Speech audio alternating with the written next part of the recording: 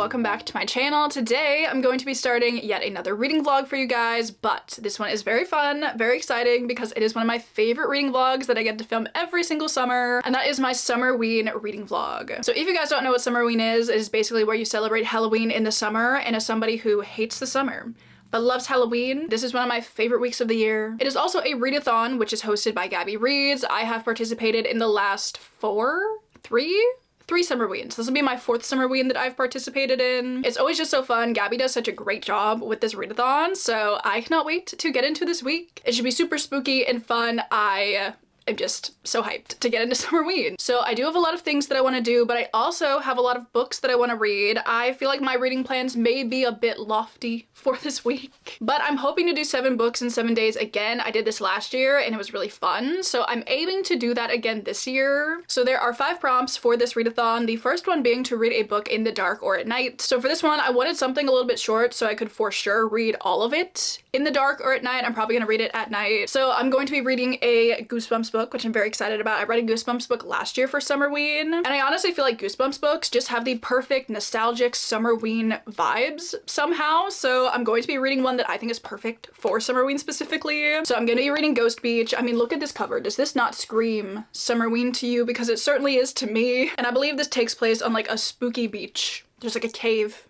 and a ghost that haunts the cave. So big fan of this already. The next prompt is to read a thriller or a horror book. So for this one, I'm going to be reading a book that I've seen around recently. I think it might have come out this year, and that is The God of the Woods by Liz Moore. This is more on the thrillery side, I believe, and I think there are some people that get murdered at a summer camp in the 1970s, which truly, again, sounds really perfect for Summerween. So I cannot wait to get into this one. I feel like I've heard really good things about this, so I'm very excited to jump into that. The next prompt is to read a book with a sky on the cover, and for this one, I'm going to be reading The Lake House by Sarah Beth Durst. Sarah Beth Durst is the same author as The Spell Shop, which I read last year and I really enjoyed, and I didn't really know that she had much of a backlist, to be honest, but I saw this one and I was like, I've read from her before. This could be kind of interesting. It's like a YA thrillery horror kind of situation, and even though I don't read a ton of YA anymore, I do typically really enjoy YA thrillers or horrors, so we're going to be trying out this one. Then the next prompt is to read a book that has been on your TBR for over a year. I'm kind of cheating just like slightly with this one because I've had this book in a short story collection for a while, but I did not have like this individual copy of it. But I'm thinking that's close enough. I don't really have any Summerween kind of books on my physical TBR that I want to read, so I decided this is close enough for me. So I'm gonna be reading The Mist by Stephen King. This one, again, I mean, I'm gonna say it again, but like it sounds perfect for Summerween. I mean, even the first sentence, it just sounds so good. Like, listen, like, tell me this is not peak Summerween vibes. You can't. Like, I haven't read it to you yet, but you can't. It says, "This is what happened. On the night that the worst heat wave in northern New England history finally broke, the night of July 19th, the entire western Maine region was lashed with the most vicious thunderstorms I have ever seen." But the general gist of this book is that this weird mist rolls into town and bad things ensue. So I'm very excited about this one. I think I might be starting with this one. Might read this today. That could be fun. And then the final prompt is to read a novella, manga, or listen to a spooky audiobook. I'm also kind of cheating on this one because I'm going to be reading a graphic novel for this, but I feel like it captures the essence of the prompt, which is basically to read something in a different format, I guess, than a normal novel. So this is close enough for me. So I have Wait Till Helen Comes by Mary Downing Hahn. This is a graphic novel adaptation of like the original story, but I thought it could be really cool. I like the art style and the cover is super spooky. We're gonna be giving this one a try. I honestly have like no idea what this book is about, but I think it's about somebody who claims they can talk to a ghost named Helen. And then I do have 2 other books that are on this TBR because I truly cannot be stopped. Like, if there's one thing I'm gonna go all out for, it is Summerween. So I do have 2 other books that I'm going to be reading as well. The first one being The Twisted Dead by Darcy Coates. This is the 3rd book in the Gravekeeper series. I started the series last year. I read the first 2 books and I really enjoyed them. They are very fun. So I thought, you know, this one could be kind of fun to read as well. And then finally, I have another kind of thriller book, and that is one that I really don't know how I'm going to feel about. And that is Midnight is the Darkest Hour by Ashley Winstead. I can't say I've heard the best things about this book, but it compares it to Twilight and Thelma and Louise. I think there's like a local legend surrounding like vampires, and it kind of just looks like a Summerween kind of book. So again, don't know how I'm gonna feel about this one, but I'm interested to get into it. I did really enjoy the other book that I read from Ashley Winstead, In My Dreams I Hold a Knife. So I'm just curious to see what I'm gonna think of this one. So these are the 7 books that are currently on my Summerween TBR. Yes, it has changed since the last time I told you guys about my Summerween TBR, but my Summerween TBR has changed so many times over the last couple of weeks, so nobody should be surprised really. But I feel like it has reached its final form. I feel like I'm just so excited for every single one of these books and I cannot wait to get into them. As I said, I think the one that I'm gonna start with today is The Mist. I don't know if I'm gonna finish it or not. It is pretty short because it's like, you know, a mass market. It's only like 200 or so pages. So I'm thinking for sure I'm gonna be starting with this one and I cannot wait to jump into this one. But aside from that, I do have some other things that I'm gonna be doing today as well to kind of kick off Summerween. Obviously, I wanna do just a touch of decorating. I don't wanna do too much Halloween decorating, but I do wanna put up a couple things around my room just for fun. And then I think I'm also going to be making my Summerween spread in my reading journal. I love making my Summerween spread every single year. I also really like being able to, you know, write down all the things that I want to do, write down my TBR. I feel like it helps me stay on track with all the stuff that I want to do. So I think this morning will consist of decorating, journaling, reading, all the fun stuff. And I also have so many other fun, spooky things that I'm going to be doing in this vlog. So I really hope you guys enjoy. As I said, I love filming my Summerween vlog so much. So I hope you guys enjoy it as well. And let's just jump on into it.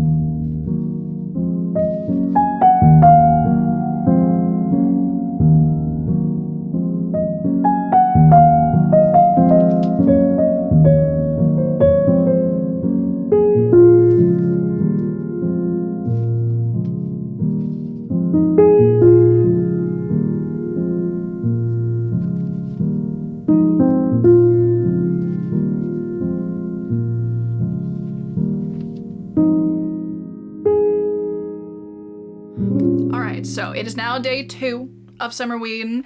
I did not end up reading anything like the first day, so we're counting yesterday as like the actual first day. But I wanted to come give you guys a reading update because I have finished my first book, which is very exciting. But before we get into that, I do have some book mail that I thought we could open. I had 2 packages come yesterday and I was like, oh, so fun. I feel like it's been so long since I got some book mail, so I'm very excited to, whoops, open these up with you guys. So yeah, I'm so hyped for both of these. And they were such great deals too. Like both of these, such a deal. Okay, so we have book number 1. I'm so excited to have this. I've been holding off buying this book just because the hardcovers are very expensive. But I found this for a really good deal on Pango. It was like half the price it normally is. So I was like, okay, obviously I'm gonna buy this. I think they said maybe there's like part of a corner of one of the pages that's ripped, like on the inside of the book, but I was like, I don't care about that. So obviously I have the 3rd Dungeon Crawler Carl book, which is which is the Dungeon Anarchist Cookbook by Matt Dinneman. I just love the new covers that they have for the Dungeon Crawler Carl series, so obviously I really wanted to acquire this, and I found it for like $15 on Pango. So like the corner of this page is ripped, but like truly, I could not care less about that page being ripped. But I'm so excited to read this. I'm so excited to get into this. I have heard this one is like a tad bit confusing, but I'm okay with being along for the ride, so I cannot wait to jump into this one because I really liked the first 2. And then book number 2, I'm very excited about because I finally ordered a book from Aardvark. I've seen so many people ordering books from Aardvark, which is like a book subscription, that kind of situation. I've been watching their selections every month and I've been waiting for them to have a book that I really wanted so I could use like the get your first book for like $5 kind of deal or something. And my waiting paid off because in July they had A Witch's Guide to Magical Innkeeping by Sanguine Donna as one of their picks, and I was like, absolutely. And this was literally only $4. It was $4, free shipping, and I was like, are you punking me? Like, are you sure it's only $4? So I cannot wait to jump into this. It also comes with the little Aardvark bookmark, which is very cute. And honestly, it's so crazy that I finally have this book in my hands because I feel like I've been waiting for it. I mean, like, we've all been waiting for it for so long because it's been getting pushed back so much, but it's finally here. And I can't wait to read it. I feel like it's just gonna be such a cute, cozy time. I'm gonna be reading it later in July, and I cannot wait. So there's my other piece of book mail. Honestly, such solid picks. I'm so excited about both of these. But obviously, we are more so here to do a reading update because yesterday, as I said, I finished my first book. I finished Up the Mist. I really, really like this one, and it's honestly making me want to jump into reading some more Stephen King again. I've read like a lot of his bigger works, obviously, like any of the main ones you can think of. For the most part, I've read them, but it's really making me want to read some that I never got around to. Maybe I could read some of his short story collections as well. I don't think I've ever actually made it all the way through one before. Even though he's not like the best author, I feel like there are definitely some issues that I and a lot of people have with his work. He knows how to set a vibe, and that is like one of my favorite things that I need in a spookier story. I just love the overall atmosphere and tone of this book so much. I feel like it was so perfect for Summerween. As I said, it is basically about this family that lives in this small town in Maine. Shocking, I know, that it takes place in Maine. But there is this summer storm that comes in and it knocks down a bunch of trees. It's really powerful. And our main character, David, he and his family lives on this lake, and he notices after the storm that there's this weird wall of mist slowly creeping towards him, but he kind of just dismisses it. He's like, whatever, like, you know, foggy, misty things happen. But he decides to take his son into town to the local supermarket just to like pick up a couple of things, and he leaves his wife at home. And once he gets to the market, the mist starts to seep into town a little bit, and you know, like, bad things ensue.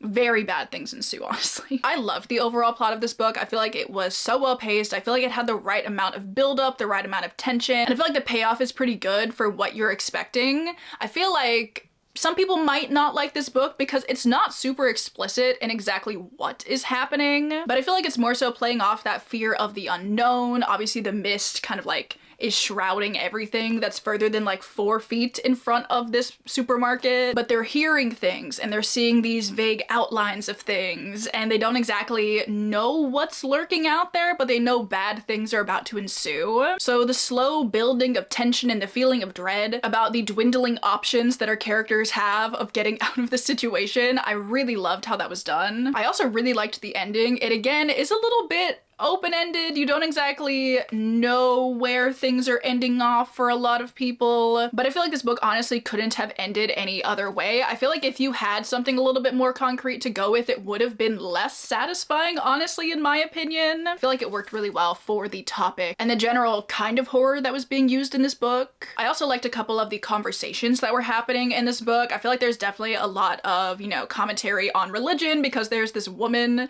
in the supermarket she's an interesting woman. We'll say that. There's also a section in this book that talks a little bit about like the horror genre in a way, and why people may turn to supernatural things when bad things are happening like in their real life, which I think can just be applied to genre fiction overall. So I thought that was kind of interesting. It says, when technologies fail, when the conventional religious systems fail, people have got to have something. Even a zombie lurching through the night can seem pretty cheerful compared to the existential comedy/horror of the ozone layer dissolving under the combined assault of a million fluorocarbon spray cans of deodorant. Which, also a little bit of environmentalism in there, which I just think is, I like how that's all kind of like woven into this story. I also really like, this is random, but I like that he mentioned the Ents from Lord of the Rings in there. Our main character is talking about all of these gnarled trees that are down all over the place and how dangerous they could potentially be. And he says, old trees have always reminded me of the Ents in Tolkien's wonderful Rings saga. Only Ents that have gone bad. I really like The Mist. I was a big fan of it. I'm honestly considering rewatching the movie. I know I've seen the movie, but it's been a really long time since I watched it, so might have to give it a rewatch. I know there are maybe multiple endings to the movie. I don't remember which one I saw. One is like harrowing. I don't think I saw that one.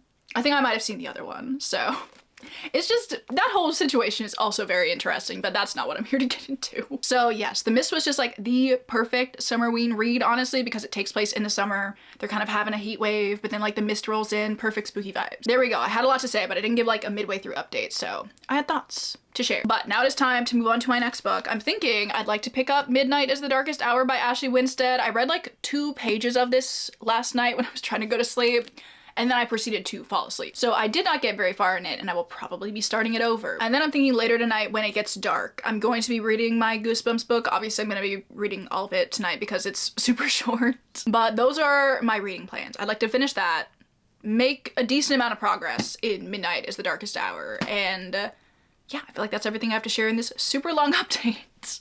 So I'm gonna get to reading, and I will see you guys later.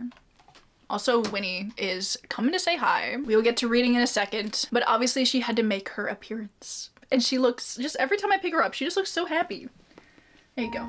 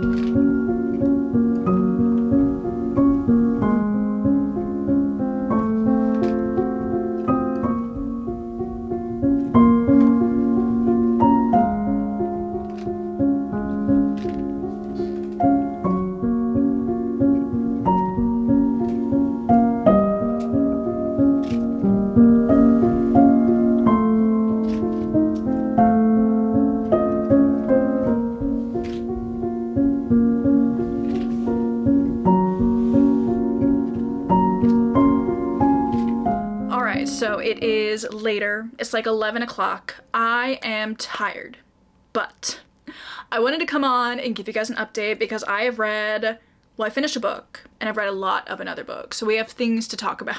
First of all, I did read Goosebumps. I read it in the dark, so I did finish up that prompt. Very fun. This one is exactly how I have described it many, many times before, but we are basically following our main characters, Terry and Jerry. I kind of hate that their names rhyme, but they're at least spelled differently. Like, one ends with an I and one with a Y, so like, that's kind of okay. But basically they are going to spend the last month of their summer break with their cousins, some people who have a cottage on the coast in Maine. And I'm like, when are my like non-existent relatives that live in Maine going to invite me up? Because honestly, it sounds like a dream. But they end up meeting some other kids who live nearby. They kind of are telling our two main characters about some, you know, local ghosty legends, and there might be a ghost that lives in a cave. And it was just really fun. Again, the perfect Summerween read. Honestly, not trying to toot my own horn or anything, but I feel like my Summerween TBR is so elite this year. Like, these Summerween vibes of these books, so good so far. Especially because this one takes place on a beach, but there's a ghost. It's perfect. So I really enjoyed this. It was a good time. I feel like in typical R.L. Stine fashion, he definitely gives you some cliffhangers at the end of like every chapter, and then the cliffhangers never really end up paying off in any significant way. It's kind of funny, honestly. Like, every time I get to the end of a new chapter, it'll be like something reached out and grabbed me and it turned out to be, you know, like his sister, or one of the chapters will be recounting this like harrowing thing that happens, and then the main character's like, oh yeah, that was just like a dream I had a couple weeks ago. Okay, R.L. Stine, I see you. I respect the fake cliffhanger hustle, but I just loved the nostalgic Goosebumps vibes. So, quick update on that one, but I don't really have much else to say about it, aside from the fact that I liked the ambiance. And I also really like the fact that our one of our main characters, Terry, she loves a hobby. Jerry's always talking about all of her different hobbies, and I just think it's so funny, because apparently she's really into like taking grave rubbings, she likes collecting flowers, she likes bird watching, and I'm like, okay, Terry, I love it. Like, should I get into bird watching? Maybe. Yeah, I feel like that's all I have to say about that one, because I have more pressing things that we need to talk about. Because I've read so much of Midnight is the Darkest Hour, and I truly have no idea how I feel about it. I am currently like at least 200 pages into this book. I'm like 250 pages into this book. I've read a lot of it today, okay? I can't tell if I love it or hate it, honestly. Well, I don't think I love it. I really don't love it. But when I tell you that this is a blend of like mystery thriller with bad Twilight fanfiction, I'm being so serious. I'm being so serious. Because why is the dynamic between our main character and her best friend from high school, Everett, literally just like Bella and Edward, but like in a platonic way, like maybe a not platonic way, but like a platonic way. And it's just like, it's too much. It's way too much sometimes. Because they've had so many scenes that I'm like, this is literally plucked out of Twilight. There's a scene where they're like climbing a tree. There's a scene where he like saves her from this really bad thing that's about to happen that like kicks off their friendship. There's a scene where they're like going out into the woods so he can tell her something, and I'm like, what is going on at this point? And our main character loves Twilight. I'll tell you like the overall plot of this book in a second, but like this is like the main thing that I want to talk about because it's so ridiculous. But both of them grew up in a very small religious town. Our main character is the daughter of the reverend of this town, and they have a lot of thoughts and feelings about the things that their daughter is doing, about the things that she's reading. It's all very strict, you know? So when she read Twilight, it was like her first act of rebellion or whatever, and she fell in love with the story. And I'm like, that's all well and good. Like, that's fine. I get it, honestly, because who am I to judge? But the fact that Everett is literally a knockoff Edward Cullen, I'm like, this is so interesting.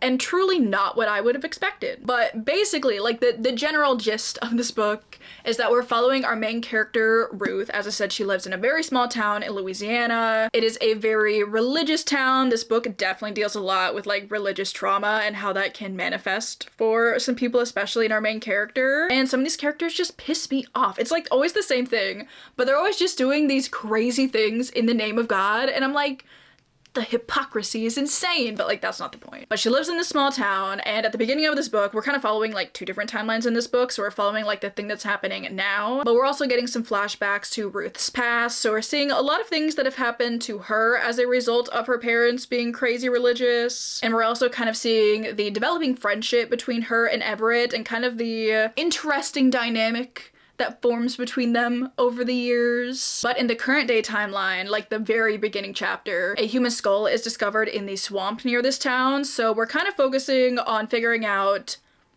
what happened, who potentially did this. It is also opening up a lot of other things that have gone on in this town. Some of them are interesting, some of them I find really boring. Like there was kind of a diversion that this book took kind of at the halfway point that I was like, oh my god, like I don't care about this. But all of this kind of ends up bringing a lot of, you know, certain secrets about certain people to light. You're learning a lot of things about like the random people in this town and the ungodly things that they have been doing in their free time. So that's been kind of interesting. Our main characters, Ruth and Everett, are also kind of entwined in some of the things that are happening as well, so it's like a little bit tense for them. They're trying to figure out what to do about some certain things that may be coming to light that they have done. The plot itself is interesting. I definitely, you know, I'm liking it. I kind of want to see where things are gonna go, but like the main thing that I'm so interested in this book, and the main reason that I really want to keep reading, is that Everett is really set up to read like he's a vampire.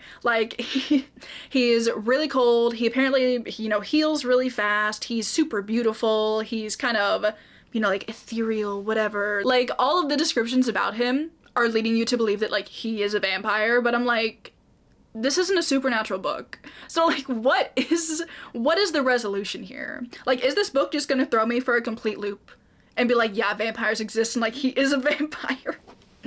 I don't think that's the case, but like if that's not the case, then I'm super concerned about some of the things that Ruthie and Everett have done in like some of the past timelines, because like they're weird as hell, honestly. Like some of these things I've been reading, I'm like, oh my god, the secondhand embarrassment. I'm like, stop, like please, like maybe don't do that. Like I don't know. There was this whole scene where Ruth got bitten by a copperhead snake, and it started out normal, but then Ruthie was kind of starting to feel some type of way about some things that were happening.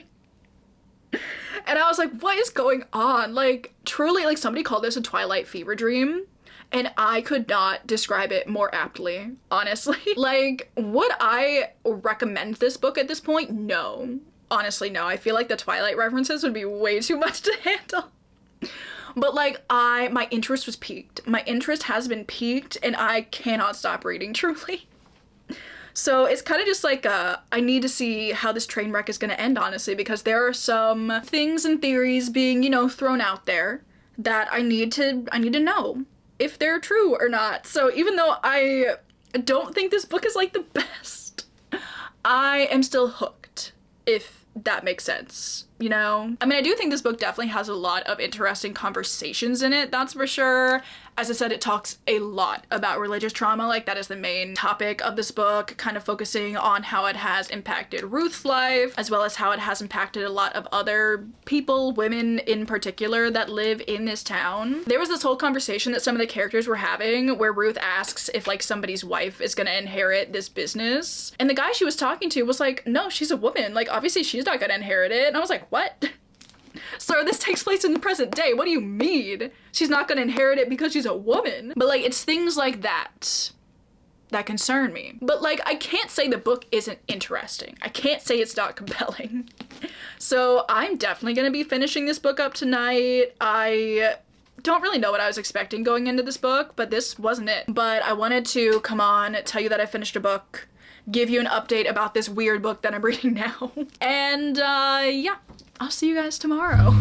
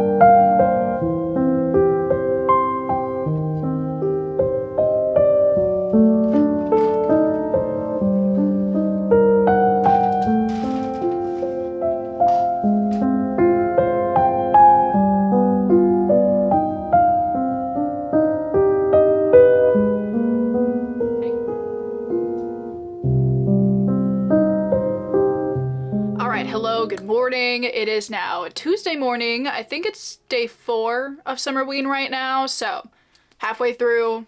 Still have so many books to read, but I also feel like I've read some good stuff so far, so I'm feeling good about this. So let me give you some reading updates. So first of all, yesterday I did finish up Midnight is the Darkest Hour, and this book was just so interesting, honestly. I see what Ashley Winstead was going for with this book, and I think the way that it explored some aspects of Twilight in this way was kind of interesting, but I just don't think in execution it actually worked that well, and I feel like it ended up being a little bit more like Twilight fanfic feeling than I would have wanted it to, I guess. But despite that, I think it still had some interesting conversations in it surrounding religion, surrounding the concept of justice, and I also feel like there were some interesting conversations about what it's like to be a teenage girl, and those I did really like, and I liked how Twilight tied into those because everything that teenage girls do is like under a microscope. It really does suck sometimes. People will ridicule like anything you're interested in just because it is a thing that teenage girls like.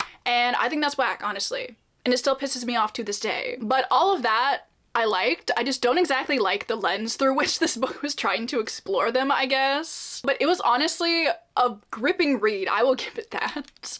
Like, as somebody that likes Twilight in an I know it's really bad but I enjoy it anyway kind of way, I feel like this book would probably work better for me than it would for somebody who really does not like Twilight. But the references did become too much. There were definitely some moments between our two characters that I was like, I want to unread this. I never want to see that again. But I was so intrigued by what Ashley Winstead was trying to do in this book, I couldn't stop reading it. So like, it was a really fast read.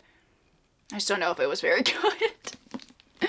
But, you know, there's Midnight is the Darkest Hour. I'm kind of glad that I picked it up. But then I do have another reading update because I have started The God of the Woods by Liz Moore. I've made it to like the 100 or so page mark, and I think I'm really gonna like this one. I feel like so far it's definitely a mystery story. I feel like going into this I was kind of thinking it would be more thrillery, but I feel like it's definitely a little bit slower paced. I can definitely tell that it's going to be a much slower burn than I was initially anticipating, but I'm liking it so far, and I feel like I'm gonna like this kind of literary mystery situation that this book has going on, because so far we've been introduced to quite a few different characters. Every new chapter you get is from a different perspective, and you're kind of learning a lot about these people and their lives, as well as like their involvement and their relation to this child that went missing at a summer camp. But I feel like so far we're really setting up these characters, getting to know a lot about them, diving into their lives and all of the issues that they may be having in their lives. And conceptually, if somebody told me that, I don't think I'd be into it.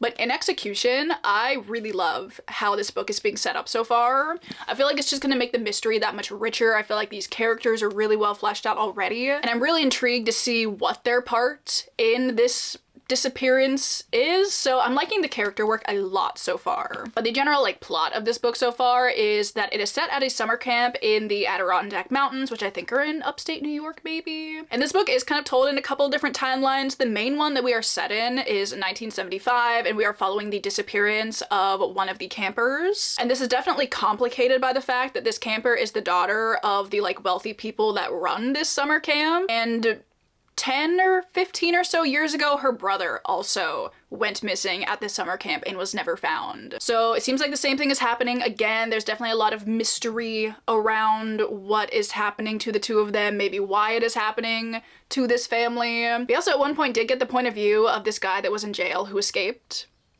So I'm like, obviously what's his involvement gonna be in this? We're probably being led to believe that it was him, but I'm like, that's too easy. My god, those birds are so loud.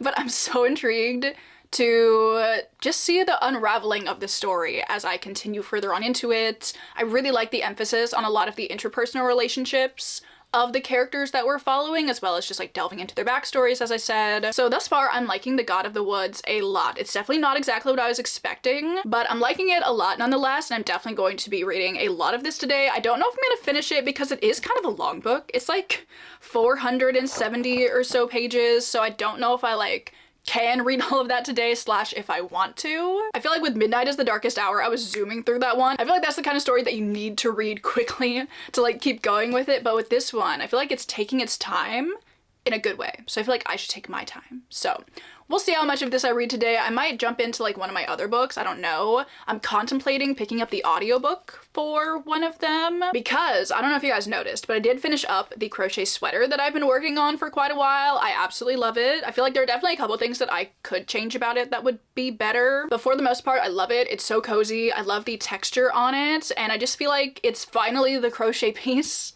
that I'm going to wear more than once. I've been trying so hard to make a crochet garment that I will actually wear, and I feel like this one's gonna be it, which is good because I spent a lot of time working on this.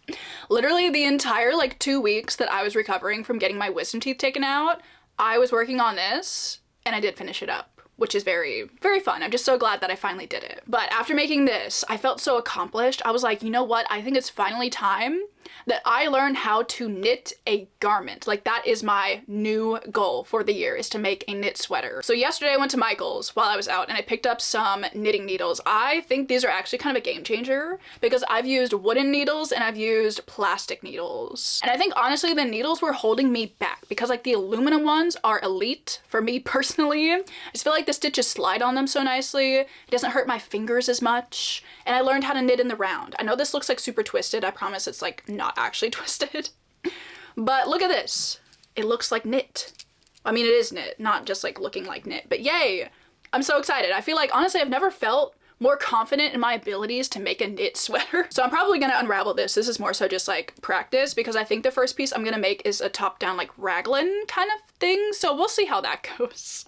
But I know how to knit in the round. And I actually really like knitting in the round because you don't have to like go back and forth between knit and purl. It's just knitting. And like, I don't like purl stitches. Something about them, the vibe's off. So I'm excited about that. I think I have like maybe skipped one stitch, but compared to the multitude of stitches that I was missing when I was doing like a normal stockinette stitch with like 2 normal needles, crazy. This is so much better for me. So very excited about that. My dreams will be coming true of me making a knit sweater. So I would like to do that. This all comes back, I promise. I think I'm gonna get one of the books that I have yet to read on audio so I can continue to like practice my knitting skills and such. I feel like I definitely got off on a tangent there, but I wanted to update you guys because I feel like I've said so many times that I want to make a knitted sweater and that I've never really done much of anything about it, but it's time. Hopefully it's time. So I'm hoping to work on that today, but I'm thinking before I like jump into that, I want to go to the library to do a little bit of reading. I love going to this one library. I go there all the time to sit and read. I'm sure you guys know the spot that I'm talking about. But it's just so peaceful there and I kind of want to get out of the house, and it is a little bit like gloomy, cloudy today. It also feels really nice outside, so I'm gonna wear my sweater to the library. Is it still gonna be like a little bit hot? Maybe. But I'm gonna take her out on the town, okay? So we're gonna go to the library. I'm gonna do a little bit of reading. I'll probably do a little bit of looking around, obviously. But I wanted to update you guys on my reading. I'm 3 books down for Summerween. Hopefully I will finish another one at some point in time today, tomorrow. I don't know, we'll see. Oh, also yesterday I did make some cookies. They were s'mores cookies and the cookie dough, so good. Maybe the best cookie dough I have ever eaten, I dare say. The cooked cookies were a little bit of a letdown though, but I'm not that mad because like the dough was just like, oh my god, it was so good. It was so good. I think that's everything that I have to share for now. As I said, today plans really do just include reading, knitting, going to the library. So let's go and I will see you all at the library.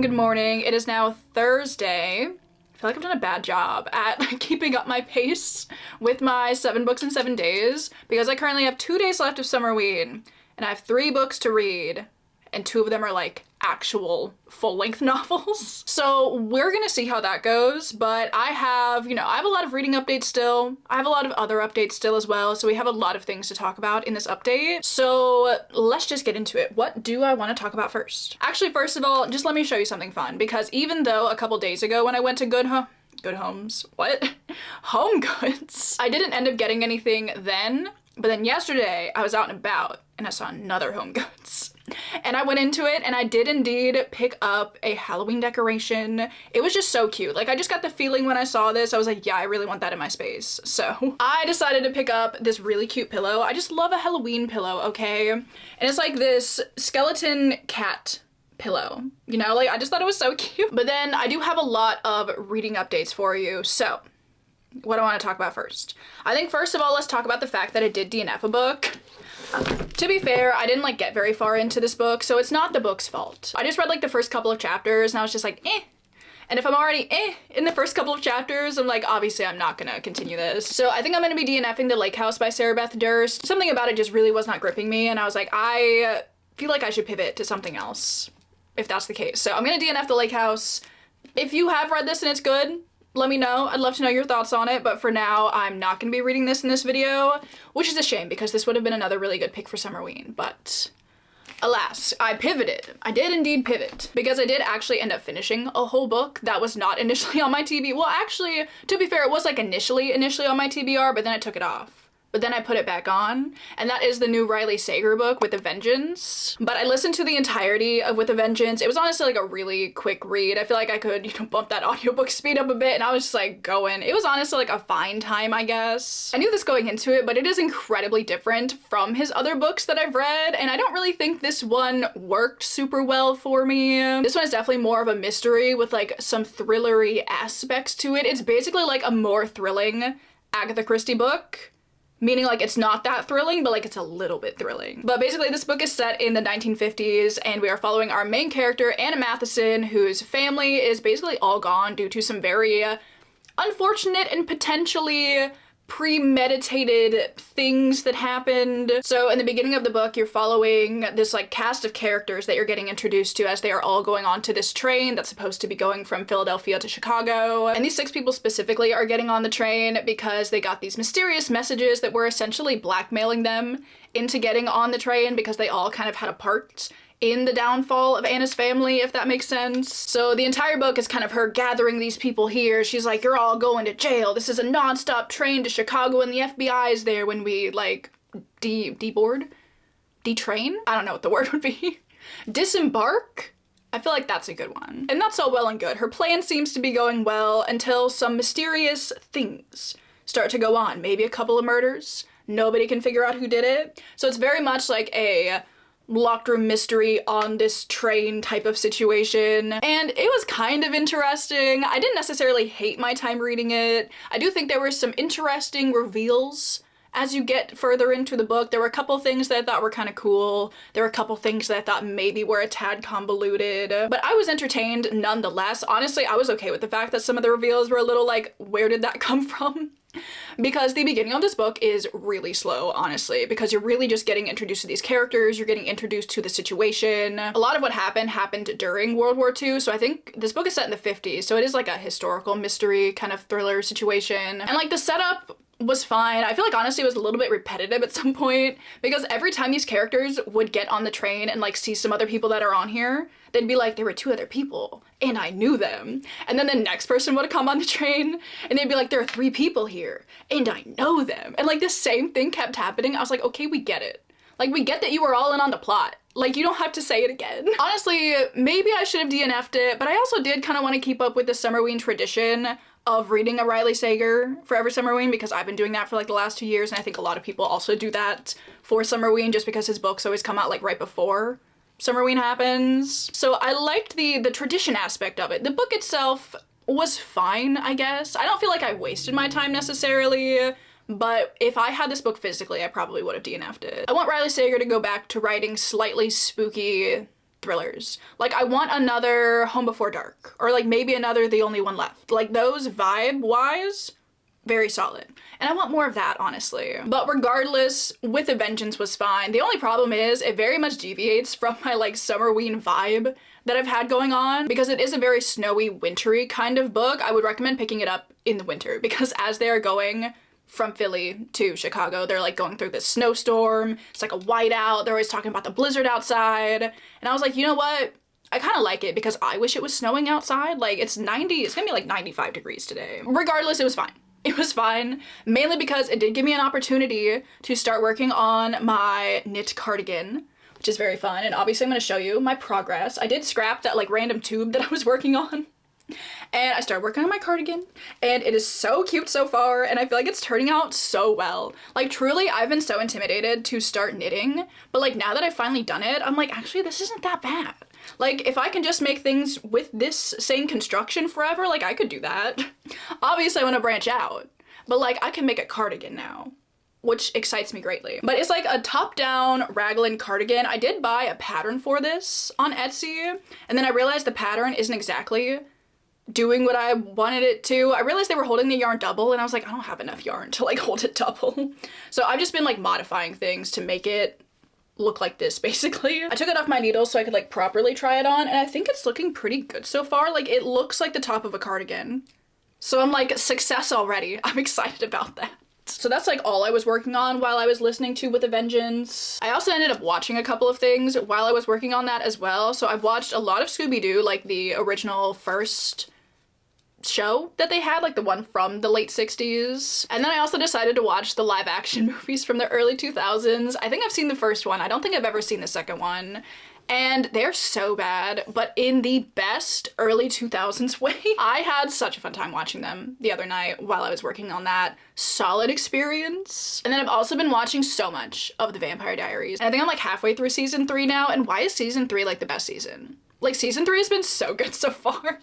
Even though I've seen it so many times, I'm like, this is peak. This is peak Vampire Diaries. That's what I've been watching. Solid Summerween watches so far as well. I've been really happy with those. So, as for books and things I'm doing today, because I'm feeling a little bit behind, I want to read something that's going to give me a little bit of a boost. So I'm going to read Wait Till Helen Comes, which is my graphic novel. I don't really know anything else about this book aside from the fact that our main characters can maybe see/talk to a ghost named Helen. So I'm gonna read this morning. I feel like it's gonna be good. I've obviously always heard of Mary Downing Hahn. I don't think I've ever read one of her books, but they sound spooky. So I feel like this will also be pretty spooky. So those are my morning plans. After that, I might jump back into The God of the Woods. I haven't really read anything else in it, or I might try and read The Twisted Dead today instead. I do have some reading sprints with my patrons at like 2, so hopefully I can get a lot of reading done on those, but it's crunch time. I want to read my 7 books in 7 days, so it's time to get going. It's time to get moving. It's time to get reading.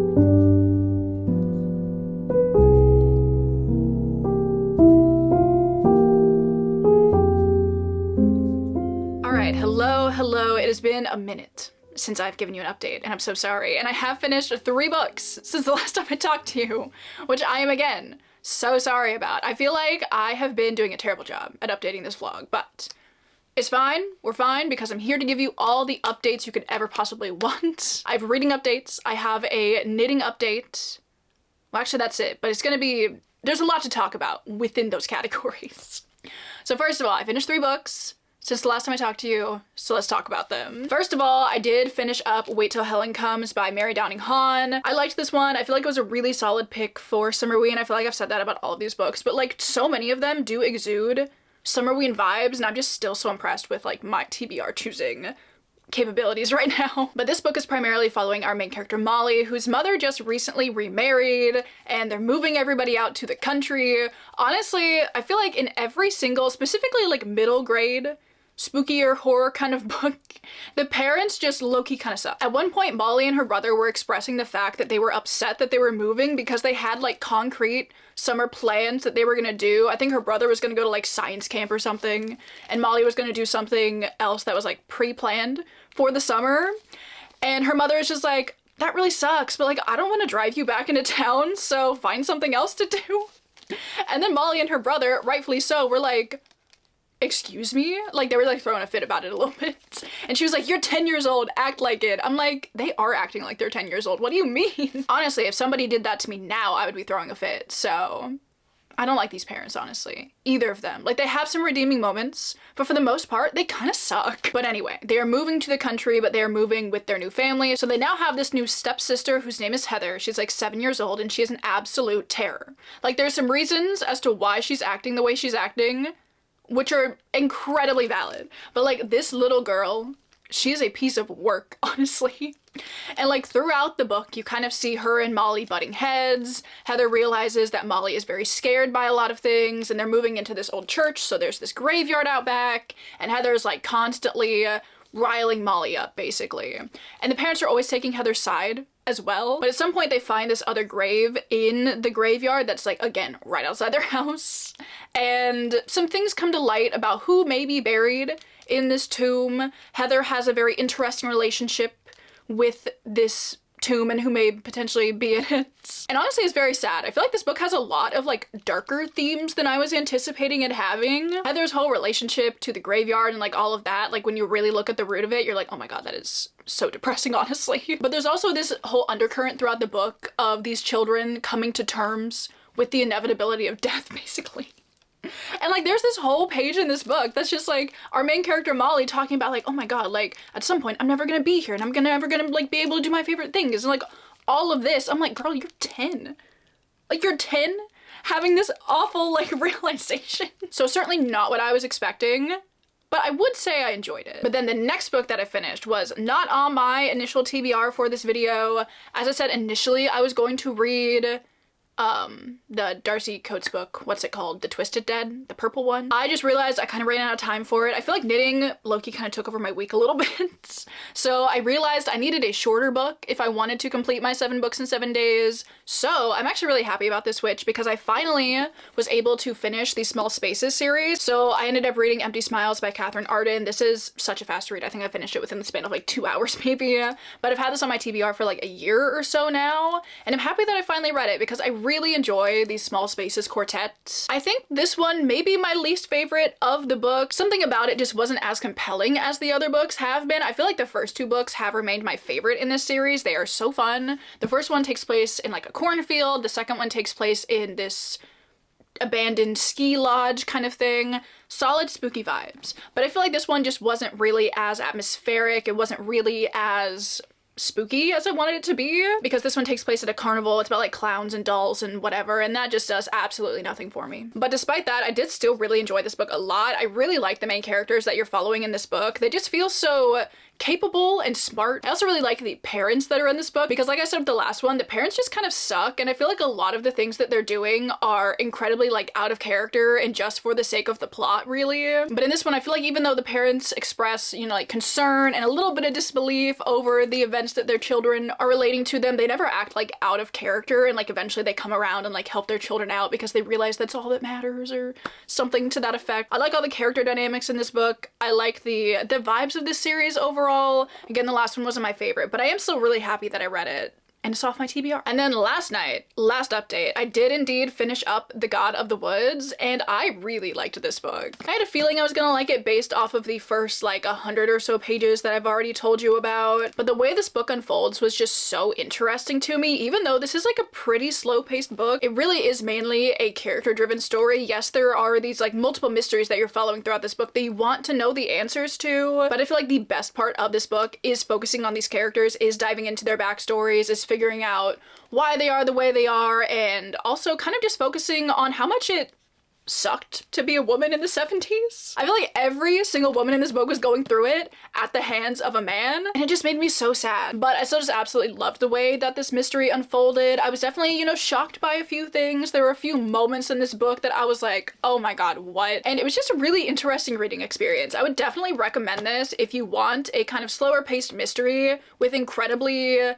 fleshed out and like pretty compelling characters. I really like how it kind of jumps back and forth in time, and you're seeing these people at different points in their lives, and you're seeing certain events that have led to these events that have happened later, and you're kind of figuring out how a lot of things connect. And it was just so good, honestly. I feel like I went into this book with the wrong expectations, but like my expectations were then exceeded by what I actually got, which is truly like the best feeling. Like when a book just surprises you, but in the best possible way. So I really like this. I don't know if it's my favorite book that I read this week, but it's definitely like contender for my favorite. We'll go through the books and I'll like rank them a little bit in a minute here, but this is the last book I read. I did read my 7 books in 7 days with finishing this one up, which I'm very happy about. And now I think I just need to not read for a couple of days, honestly. Like, even though not all of these were full-length novels, it is still a lot of reading to do in the span of a week. And my brain, it just needs a little bit of a break, you know. But I did want to share how my knitting project is coming along, because I've been working on this cardigan like crazy, honestly. I did end up listening to the second half of this book on audio because I was wanting to work on my cardigan so badly. So let me show you how it's going. If I can. I don't want to take it off the needles again because it's such a pain in the ass to take it off the needles. So here's how my cardigan is coming along. I have like split off the sleeves and I'm just working on the body portion of it right now. But I love the stripes. I think the stripes are very cute. I like that the colors, like the pink and the white, are very low contrast. Normally with something that has like multiple colors in it, I feel like I would want high contrast, but something about this is just like really nice, really kind of understated. I don't know. Normally I wouldn't go for colors like this, but I kind of like it. I don't know if I'm gonna wear it a lot, but I did need just, you know, something to do as my first project. So here's how it's going. I'm hoping I can finish it up kind of soon. I feel like I've made a lot of progress in this, but that's mainly because I've been knitting like crazy over the last like few days. But I am really starting to like love the process of knitting. Something about like the rhythm you can get into it is so satisfying to me, and it's so satisfying in a way that crochet just like isn't. Like, crochet is satisfying, but like not to this extent. Something about like the needle, I don't know what it is. I already have so many knitting plans in the works. Obviously I want to finish this up, but like after I finish this I'm like, oh, I'm gonna do this, but like what if I did this, but like I could also do this. And I have many knitting plans, which perhaps I will share with you when I have finished this cardigan. Obviously I'm gonna work on this like in my next couple of videos as well, so you will see the ending product. But I'm so excited. I'm just so excited that I'm finally making things that I want to wear. So yeah, that's all going very well. Knitting definitely took up a lot of my week, but I'm not mad about that. So we have actually reached the end of the video. It is currently the last day of Summerween, but I wanted to keep Summerween to a week so I could do like my 7 books in 7 days. So I thought to end out the video, I could give you a little recap of what I read, because I'm pretty sure this video is incredibly long, which doesn't really surprise me. I have so much footage for this vlog, but I've had so much fun filming it, so I really hope you guys have enjoyed the vlog so far. But let me go through these 7 books. This is only 6 because one of them is an audiobook, but the 7 books that I read this week. Book number 7 is actually the only book that I don't have, and that is probably going to be With a Vengeance by Riley Sager. I went into this one expecting it not to be a favorite, and it was just so fine. It like wasn't bad necessarily, but I wouldn't say I was ever super invested in it. So like, That's definitely number 7. Number 6, probably Wait Till Helen Comes. Again, fun, but probably not something that's gonna be like a favorite book. Number 5 is probably Empty Smiles by Catherine Arden. Again, I'm very happy that I finally finished up the series, but I wish the ending had been like a bit stronger,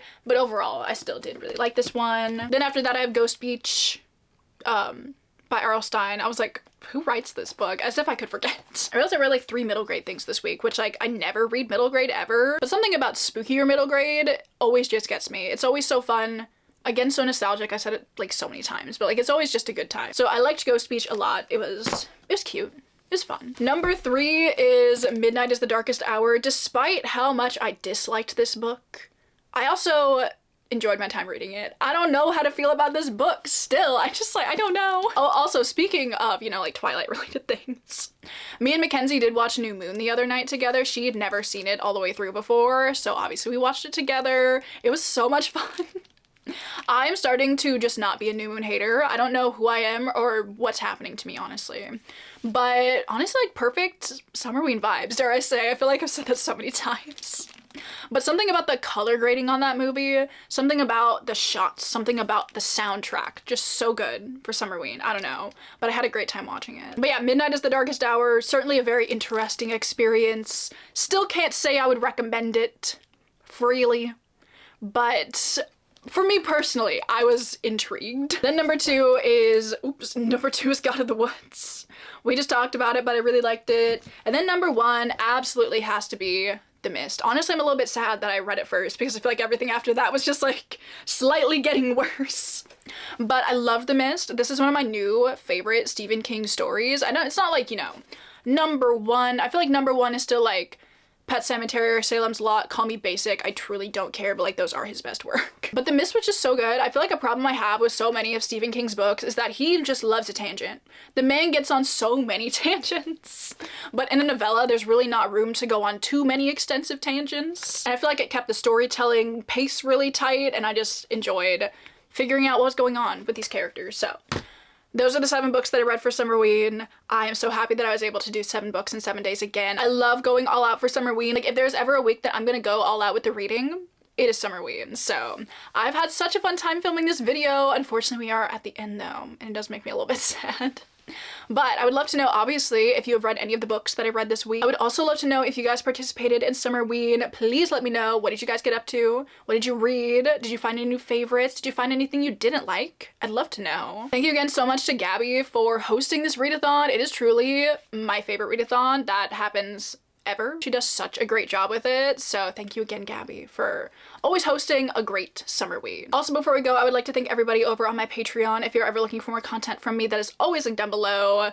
But with that, I am unfortunately gonna go. I'm gonna go cry while I take down the Halloween decorations that I put up. But honestly, it's only like 2 months until it will be socially acceptable for me to put them back up again, so that is really getting me through. But with that, I actually am gonna go. Hope you're all having an amazing Monday. I really hope you guys enjoyed this, what I'm assuming is gonna be an incredibly long vlog, and I will see you all in my next one. Bye!